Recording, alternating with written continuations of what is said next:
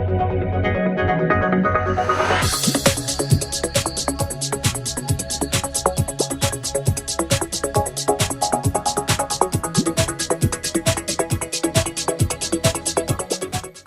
I have to start by saying I'm very new to this movement. I'm more experienced in the reproductive justice movement, but now that I'm here, I think, oh yeah, this makes a lot of sense. I should be over here too. And so we should be talking more. So my disclaimer is that I don't know a lot about the history of how this discussion about reproductive justice within the single-payer movement has gone. I know some of the broad strokes, but I invite you to just interrupt me and correct me if you hear me say anything incorrect or that you think would help all of us to learn a little bit more. I'm going to try and talk briefly, and then I would really like to hear more about what you all are thinking when we talk about reproductive justice in the single-payer system. Does that make sense? I actually didn't even know where to start. And so I just started thinking, well, contraception is healthcare, abortion is healthcare. We all believe that healthcare is a human right. It's about time we all got into the same room to talk about that, right? So I'll go really basic for a little bit. I'm not sure if this is too basic or too many graphs. I apologize.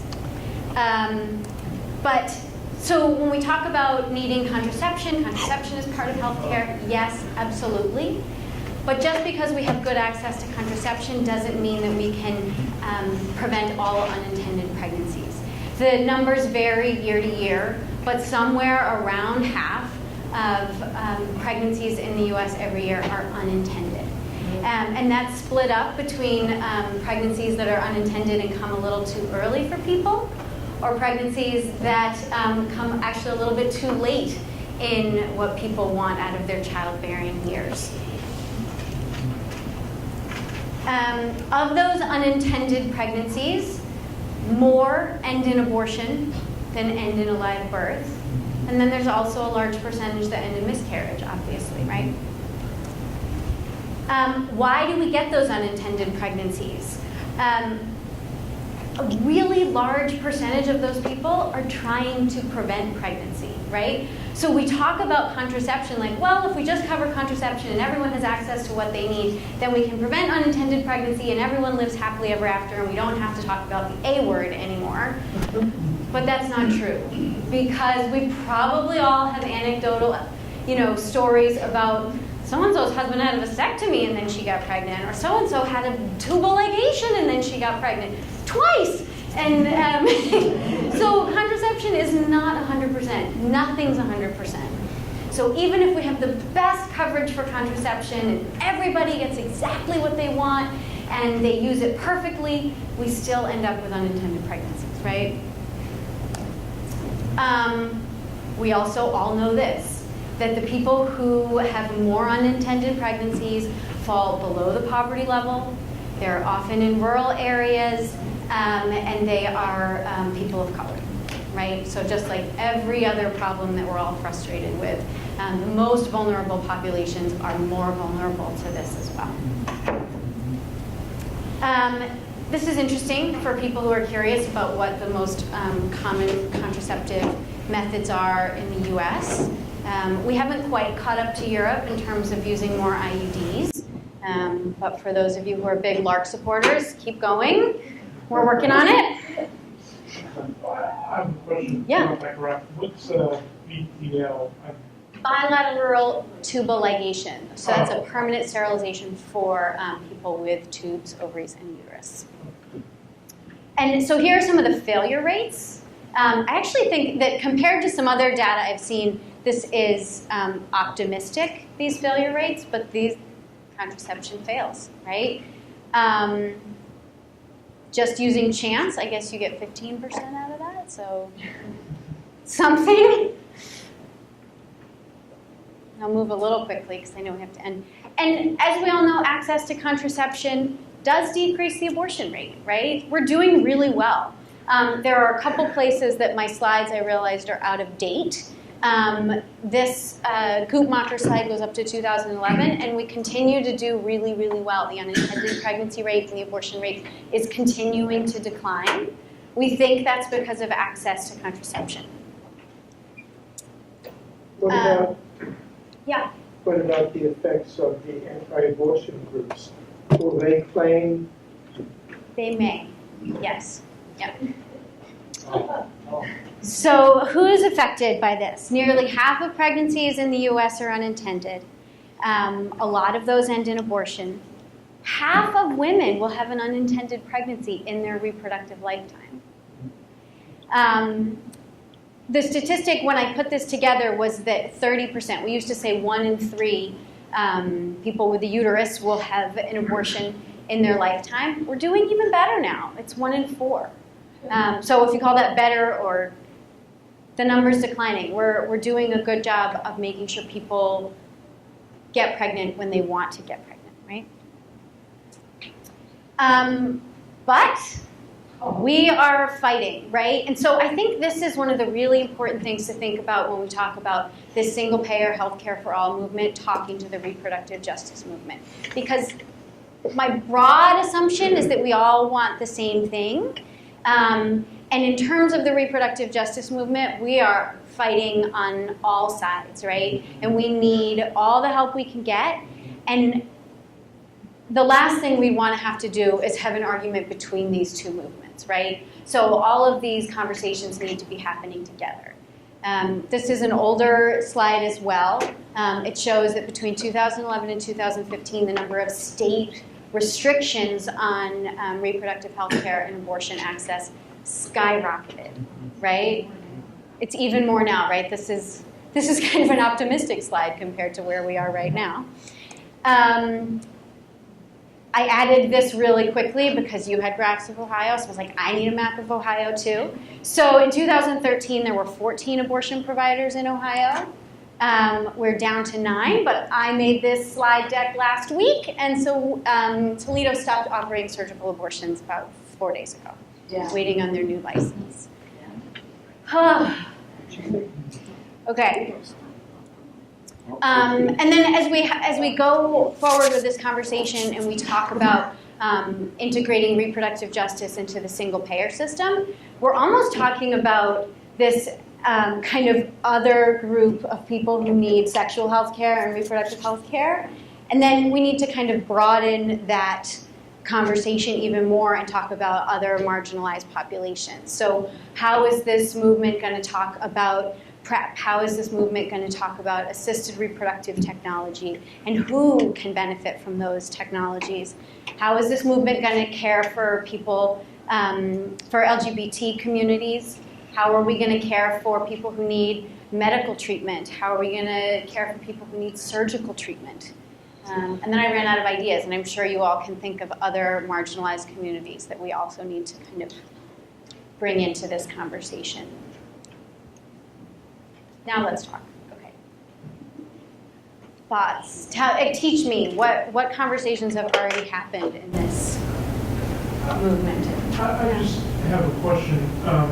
When people talk about single payer, you know, all healthcare is paid for by your taxes. And when you say that, you know, abortion should be included as healthcare, which I agree with, by the way, but a lot of people don't, of course. And so when you combine those two things, people think that, okay, my tax money is going to go to fund abortions, and I don't want that, so therefore we're not going to do anything. I mean, how do you get past that? Right, how? That's the question.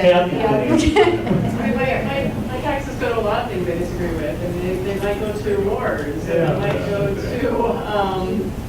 other legislation I don't agree with too. It's not going to be a perfect system. You're not going to get everybody on board with that. But you know, as a medical person, you know, and she said, marginalized people. I saw a female male transgender individual in my office this week who I had talked about pap smears with still. I'm like, you know, he hasn't fully transitioned, okay, and he still needs pap smears, okay, and this is a group who is extremely marginalized still. Even Dayton which isn't, I wouldn't say a liberal bastion, but we're urban, which makes it better than a lot of the rural areas. There's still a hard time finding primary care doctors who are willing to give them the full care they deserve, okay? And there are people who are working actively to tell me that I could tell them that I don't serve your kind because of some personal belief of mine, if I so choose. And that's something that, they depend on places like Planned Parenthood, who they know they can go to no matter what. They may not go to their regular family doctor they grew up with because they don't know what their views are on this, and they still need these services. And you have to talk about the fraction for the percent of what actually goes to any abortion care in these centers, women's health centers, that this is just one medical procedure and medical health care benefit out of the vast millions and billions of dollars we're going to be spending that will help everybody and still continue to lower abortion rates overall. But a lot of them even hate their money going to contraception. So I think the conversation has to start with contraception is evidence-based healthcare, right? It keeps people healthy, it keeps people safe, it increases life expectancy, right? There's all the, contraception is healthcare, abortion is healthcare. These are evidence-based interventions into people's lives, right? And so if you start there and you say, this healthcare is going to cover healthcare, right? Sounds so stupid, but right? Then the conversation is starting from the right place. So when you get to even harder questions, right? What even harder questions could there be? There are harder questions in my mind, right? That people are going to have to wrestle with, is that you start with evidence-based healthcare, right? If this intervention into people's lives is evidence-based, then healthcare for all needs to cover this. Why should my tax dollars pay for your prostate cancer surgery? I don't have a prostate. Yeah. I feel that healthcare and abortion, as far as single payer, are really separate issues in this sense. Because I know several people who have been SPAN activists, or at least come to SPAN events and spread the word, who are strongly opposed to abortion. And what I say is SPAN or single payer groups should not be getting into that debate. But we support that healthcare provides for what's legal and what's provided. So as long as it's legal, provided, you can support single payer, and if you want to oppose abortion, go over there and oppose abortion, but you can still support single payer. And I think it's important because, there is a large percentage of people who oppose abortion, and I think we don't want to have to say to them, in order to support single payer, you also have to oppose abortion. Those are separate issues. We can appeal to a lot of those people. Maybe in the course of meeting with us, they'll change their mind about abortion. But in any case, we're dealing with legal stuff. If abortion ever became illegal, it would be hard to pay it through a single payer system. So I think we should not make this a criterion for people to support single payer, that they also support abortion. We support paying for all legal procedures, and if you want to fight on that other issue, that's another separate topic. Go elsewhere to deal with it one way or the other. Yeah, I think the value of intersectionality is getting to shift our understanding of who we're talking about and what's going on and who is involved. Oftentimes the discussions between men and women and black and white and all sorts of things like that. But the beauty of intersectionality, this whole concept that has come about in the last 20 or 30 years, is there's multiple oppressions, and that there are people who are involved. So when we're talking about white, we're thinking, thinking women, we're thinking white women, we're thinking black, we're thinking men, and we're forgetting all about the African American women and the Mexican women and the people from all over. Not to mention, you've got another issue of another intersection of poverty and maybe migration, immigrants and all sorts of and gender orientation. So I think to maybe just how we discuss all of this is shift the conversation not just to, we need to consider everybody, rural people, we need to, conservatives, liberals, the socialists, whatever party, Tea Party, whatever. We need to consider, and every religion and every person. And what I really like about the idea that you're throwing intersections here, that we also need to consider, are we talking about people of color and women of color and women who are oppressed and women who are not citizens, but they're living here and have been for a long time, or maybe they just came because of situations that were caused a lot of times because of us in their countries. And so I think just broaden, maybe the answer here is to broaden our approach to whom we're talking about, and in our own minds recognize that there's so many other layers of oppression that we're dealing with that we need to be stretching out and finding out what's going on. 2 minutes. There's a comment in the back. Yeah. 2-minute warning, people. PrEP, that's pre-exposure prophylaxis for HIV. There's a comment in the back. Yeah, who's in the back? Oh, basically, the same thing Bob was going to say. That's Vince Grant's position right along. I'm Region 2 Coordinator Dennis Slotnick. I have a couple of comments. I very much appreciate this conversation. And I think it's valuable if we work on the framing, the description, that starting from the point that if abortion is legal in the state and legal in that country, then that's part of health care. I think that's a central point. Single payer, in my understanding is worth a discussion, doesn't increase or decrease the legal status of getting an abortion. No, I think that's a good starting point. that is a good start. And I think the next point would be how many people are oppressed and what people are oppressed by requiring an abortion for an unintended pregnancy, and how are they our allies in understanding that they can get help for all their health services if we have a single payer system.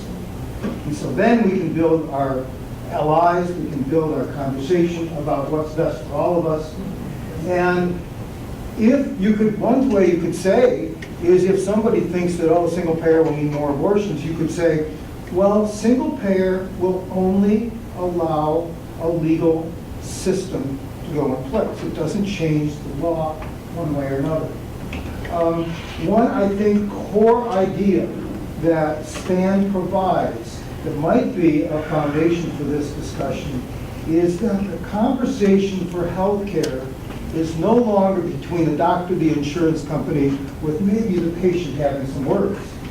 But the conversation is between the doctor and the patient.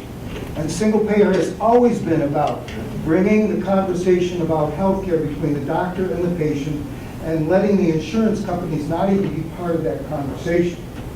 If we can get to that part of the conversation, what's really important about abortions is the conversation between the doctor and the woman, then single payer becomes a vehicle by which the insurance companies are not in the picture, nor are the legal entities as much in the picture. They won't move away readily. And I'd like to build, just Yeah. speak off of that, it also gets your employer out of this Yes. decision making, because a lot of employers are concerned that they're paying for insurance that might provide contraception, might cover abortion. And if you are an employer, especially a religious employer, nonprofit, or whatever, you're not paying taxes anyway, it gets you out of the insurance game and paying for these things anyway. So the churches, the religious organizations who say they don't want to provide these things for their employers as a health benefit, that takes it off of them. It takes it off of them, puts it on the secular government, which we have, and let that deal with it. Let them fight against, abortion in their realm, and then they don't have to worry about it. They're not providing, they're not paying for that anyway. Laura? Yeah, I was going, thank you, Catherine. I was going to say that we're looking at medical slides on a multitude of modalities for reproductive technologies, and yet the thing that everybody here is focusing on is the Republican use of the term abortion. When, in fact, we're looking at slides about reproductive rights and the right for a woman to choose her own mode of medical treatment. And while the Republicans frame the right to choose as abortion, the fact is that a right to choose is not necessarily abortion. It is whether or not a woman has control of her own reproductive rights. And that is what this is all about. I think we should focus on it. Well said. Do you have something? I agree with her. Wouldn't it be true if, when this healthcare would go into effect, single care would go into effect, and it's providing much more healthcare for people, better healthcare, more wellness care, wouldn't that lower abortion rates because those people are getting better healthcare? That would be part of what's better for them, would be the reproductive part. So if that were to be true, then I would think that the abortion rate would maybe naturally see it go down. I think you're right. I also think that while abortion is already safe, it would make abortion even safer, right? The primary reason that people delay abortion into the second trimester is money, right? They don't have money to pay for it. And it's the second and third trimester procedures that are riskier, you know. So if it were paid for, we could even not only decrease the rate, but shift it into the first trimester towards safer procedures.